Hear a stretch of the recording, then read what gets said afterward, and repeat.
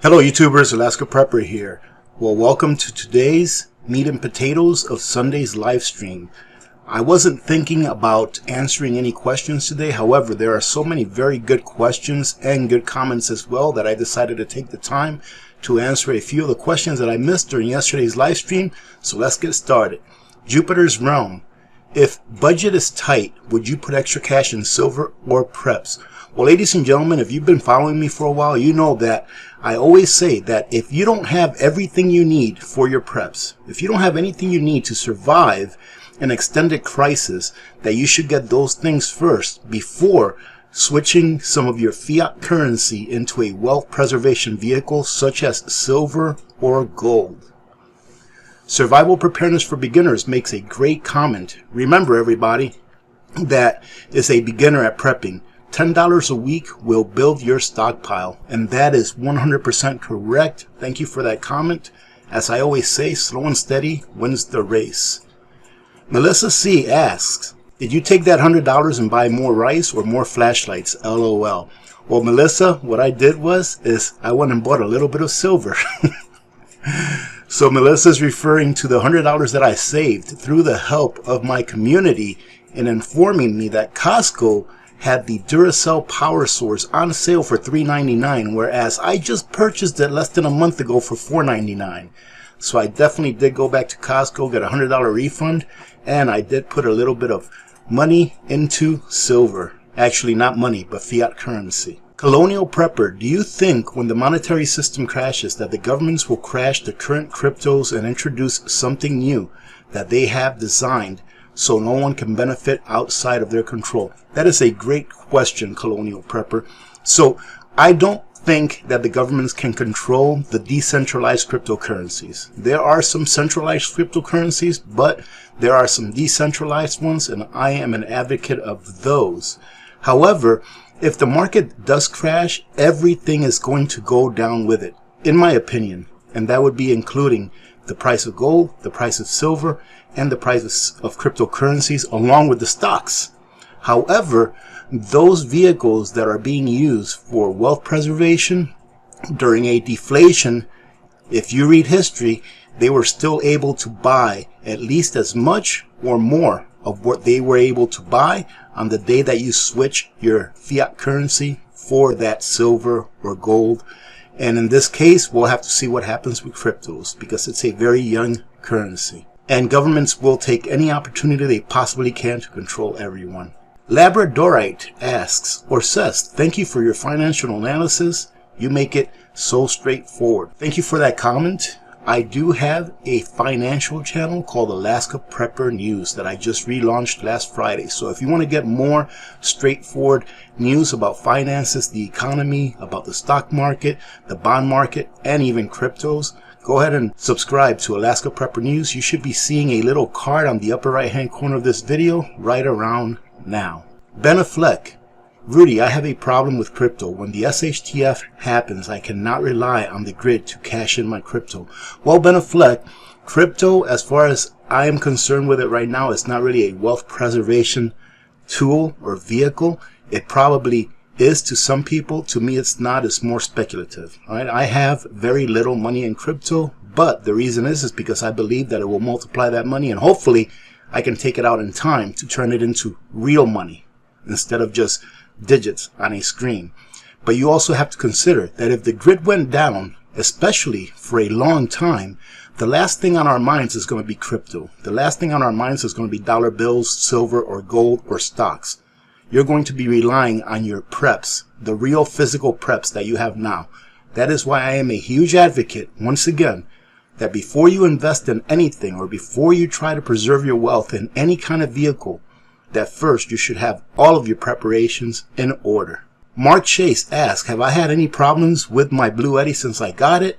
It seems that Prepper Princess has had problems with 2 units so far. I have had absolutely no problems, and the Blue Eddy still remains my favorite solar generator to date. DC asks, is it safe to use a propane camping grill inside? If it's a propane camping stove, if that's what you meant, I believe it is safe to use inside for the mere fact that I cook with a liquid propane range.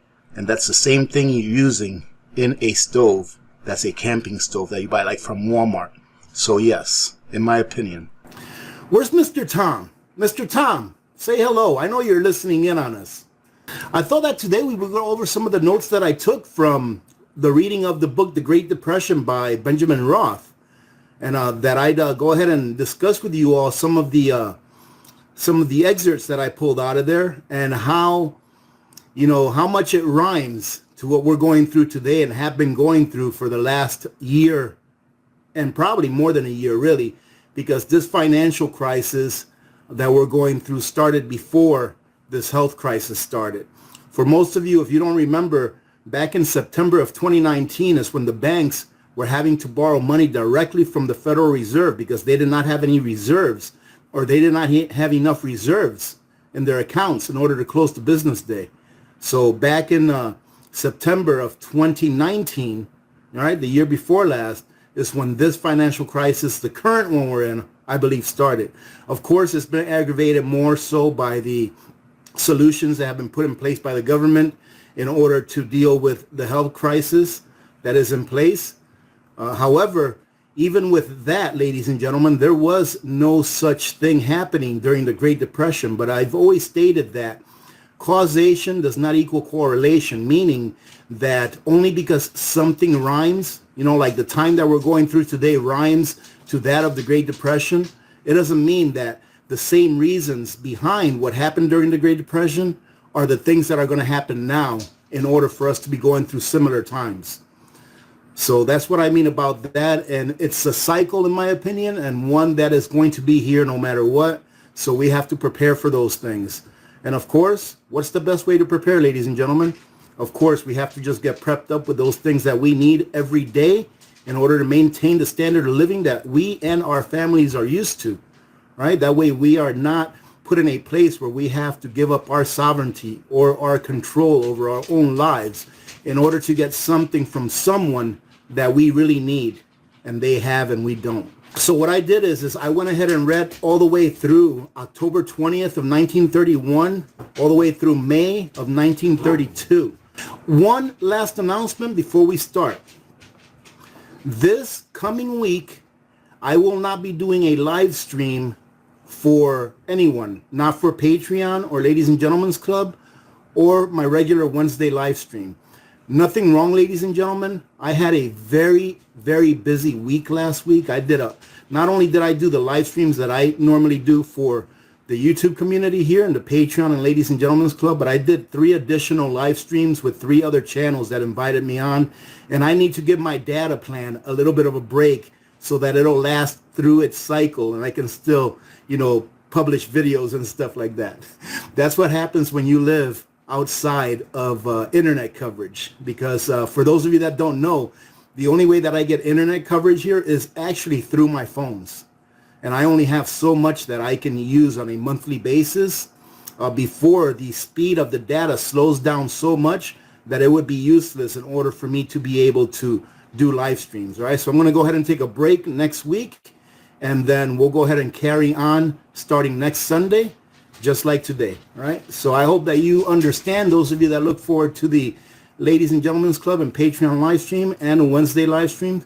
But these are the woes of living outside of cable internet. All right, so ladies and gentlemen, like I said, I went through the months of October 20th, 1931, all the way through May of 1932. And I have some very interesting points. Now, those of you that have purchased the book and are reading along, you'll notice that I don't mention every little hit. I try to go ahead and incorporate everything that happened in that time frame and give you a one bullet statement, meaning that these things were happening during that time frame that I just mentioned, from October to May. So it says here that after 2 years after the crash, the market was still going down and unemployment was increasing. Let's see. And people that had put money into the market at its initial downturn, that 2 years later, they pretty much bought the dip. 2 years later, they noticed that the money that they had put in at buying the dip was now worth half of what it was worth before. And I took down some examples of some companies and what their losses were. That way you can have an idea of what the losses were like, and they were astronomical. So these are just some stocks that went down dramatically. I didn't bother to get the name of the stocks because it doesn't really matter to us now. But one stock, and these were like all blue ribbon stocks. One of them went from 63 to 5. One of them went from 175 to 12. One from 250 to 35, and one from 40 to 4. So you can see that the range of losses were anywhere between 85 to more than 90%. And that's what we have to prepare for, ladies and gentlemen, those types of losses. That's why I say that you should always have a hedge. So if you do own stocks, in my opinion, remember, I'm not a financial advisor. If you do own stocks, in my opinion, you ought to have something that will hedge against that. Meaning what? That throughout history, if stocks go down, something else usually goes up. Right? So you should have something to hedge against it. Or if you do have stocks and you are, oh my goodness, the dogs are over here just making a racket. Or in my opinion, if you do own stocks and you want to keep owning stocks, at least own those stocks that are really good companies that will, that will last the test of time. That way, when the rebound does come, they can at least still be in existence and not disappear from the market. During this time period that I'm talking about here as well, at least another 12 banks closed. Now, when I say that 12 banks closed, I don't mean in the entire United States. We're only talking about the town of Youngstown in Pennsylvania, which is where Mr. Benjamin Roth resided during this time frame. So banks, if you remember my previous videos where I kept telling you that banks were still closing down, they're still closing down 2 years later. And what's been happening as the smaller banks close down, they're getting sucked in or getting bought out by the bigger banks. So, it tells you kind of like what we went through back in 2008, where a lot of smaller banks got sucked into bigger banks. And now we can see that the bigger banks that we have now, like JP Morgan, Morgan Chase, all of these really huge banks, now they're too big to fail banks. And he continued to say how very difficult it was to come across money.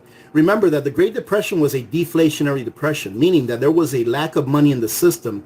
So even though there wasn't that much money, the price of things kept coming down because there wasn't enough money to actually purchase things.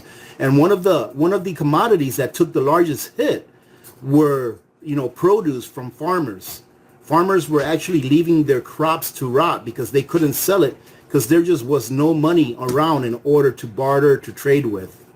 Businesses were at a standstill, and the lack of money in the economy, created a lack of money velocity. So does that sound familiar, ladies and gentlemen? Businesses for the last year, for the most part, especially if you're a small business, have been at somewhat of a standstill, meaning that even though they're still open, they're just barely surviving, if at all. So, and why is that? Because there is a lack of money in our system right now, even with all of the, paper that has been printed and has been doled out by the Federal Reserve and the U.S. government, which I believe is the same thing. Even with all that money that has been doled out to the economy and corporations, that money is not ending up in the economy, allowing the velocity of money to go up. And I took down a quote here that was pretty interesting. And the quote is, "It is interesting to note that none of the plans started by the government has produced results." Does that sound familiar, ladies and gentlemen? I thought that was a pretty interesting quote from 90 years ago, whereas it relates very well to what we see today and have seen in the last couple of years. This was another interesting part that I took out there. It says here that the unemployed were demanding, all right, the people that were unemployed were demanding a $1 a week be paid to them by the government, all right, which they did not get. And then it resulted in people having hunger strikes, all right, or in other words, protesting. So what's everyone asking for today? Everyone's asking for, well, not everyone. You don't understand what I mean when I say everyone, but a lot of people are asking from the government, give me this, give me that, right? And then what's happening when they don't get it in a timely manner? There's been a lot of protests going on around the country. A lot of people are very upset right now that they have not received an additional stimulus check. Same thing as these people back there in 1932 who were protesting outside of their city hall because they were not getting the dollar a week that they demanded from the government. Another one that we see right now, maybe not with doctors and dentists, but right here it says that doctors and dentists ended up closing their storefronts, closing their offices, and practicing from home. They couldn't afford to pay the rent. So they ended up continuing to practice their medicine, but instead of paying rent and doing it, they were doing it from home. And we can see that today, ladies and gentlemen. We can, a lot of this does rhyme. Today, what's happening? What's been happening for the last year? A lot of people have been working from home, right? And a lot of these businesses that were that sent people to work from home realized that, hey, you know what? They're just as productive, if not more productive, working from home than they were working from this brick and mortar that I was renting at $25,000 a month. So, in a way, it kind of does rhyme. And he was also explaining that every time that a new bank opened its doors, meaning that every time that a lot of small banks closed their doors and they were sucked up by a bigger bank, they would relaunch that bank with a different name. Every time that happened, there was a run on the bank. Some banks survived and some didn't. But every time that happened, people would line up for days to try to get as much money out of their bank as they possibly could. And this was very interesting, ladies and gentlemen. This is another quote that I took out of the book. And it goes like this, quote, President Hoover starts an anti-hoarding campaign in which people with hidden money are asked to buy government bonds. So he started an anti-hoarding campaign, pretty much telling people that if they took their money out of the bank and decided to keep their money in their home or wherever they want it, that they're hoarders. All right, ladies and gentlemen, so this is called propaganda. By April of 1932, this is a little over 2 years later, almost 2.5 years later, the stock market was still declining, and the stock market had lost the value from $650,000 that it was valued, at the beginning of the crash, all the way down to $85,000. So the stock market had lost around 85 to 87 or so % of its value. That's why, ladies and gentlemen, I keep going back to this. Whatever you have in the stock market, whatever you have in Bitcoin, whatever you have in some kind of an ETF of silver or whatever, it's paper. It is a promissory note. Until you actually get that money out of the system, or fiat currency out of the system, and convert it into something that's real, that you can hold in your hands, that adds value to your life, you don't have it. You haven't realized that game. You may be rich or you may have a lot of money in paper, but you really don't have anything until you convert it to something that is real. All right, ladies and gentlemen, even the money that you have in the bank, it's not yours until you actually take it out and turn it into something real. Mr. Roth spoke to a friend of his who told him, quote, I can't understand things. Everything that I thought was right is now wrong. And that, ladies and gentlemen, I would go ahead and say that probably has a lot to do with propaganda. And how everyone during that time were being edged to buy. They were being edged to go ahead and get into the stock market. It will never go down. I forgot who the gentleman was that said this, and I'm going to paraphrase it because I don't remember the quote. But he put something out on the newspaper and I believe on radio that said, there is no chance that the stock market will ever go down. It only has one direction to go and it's going to go up forever. All right, so these people were being told that the stock market was going to go up forever. And guess who was getting out of the stock market during that time? Right before it hit the tippy top. Guess who was getting out? The same people that are getting out of the stock market today and have been for the last year and a half or so. Those people that sit at the tops, that make the rules, kind of the elite, right? The elite, the wealthy, they were the ones getting out. That's why don't ever just go by what you hear, but see what they're doing as well. For example, I put this out on the Alaska Prepper News channel. Oh, let me go ahead and interject real quick. Ladies and gentlemen, those of you that are not subscribed to the Alaska Prepper News channel, I went ahead and relaunched that channel on Friday. It had been sitting dormant for a while, but I went ahead and relaunched it because I'm going to use that platform to talk only about financial and economic news. So I'm going to talk about gold. I'm going to talk about silver. I'm going to talk about the markets. I'm going to talk about inflation, deflation, the differences between spot prices and premiums. I'm also going to touch in a little bit about cryptocurrencies. And I'm going to have a daily update as to what all the markets have done for that day. It's a video that I'm going to put out once a week during the week, Monday through Friday, and it's going to come out in the afternoons after the markets close. So if you'd like to go ahead and support that channel over there and, go somewhere where you're going to get a little bit of financial news in about a 10 or 15 minute clip, I think it's going to be a good experience going to that channel over there. Thank you very much for joining in. Remember to be good to each other. When good people do good things happen. Remember to reach one, teach one, and repeat. If we all did this to all of you and your families, I'm the Alaska Prepper, and I'm out. God bless you guys. Have a great day.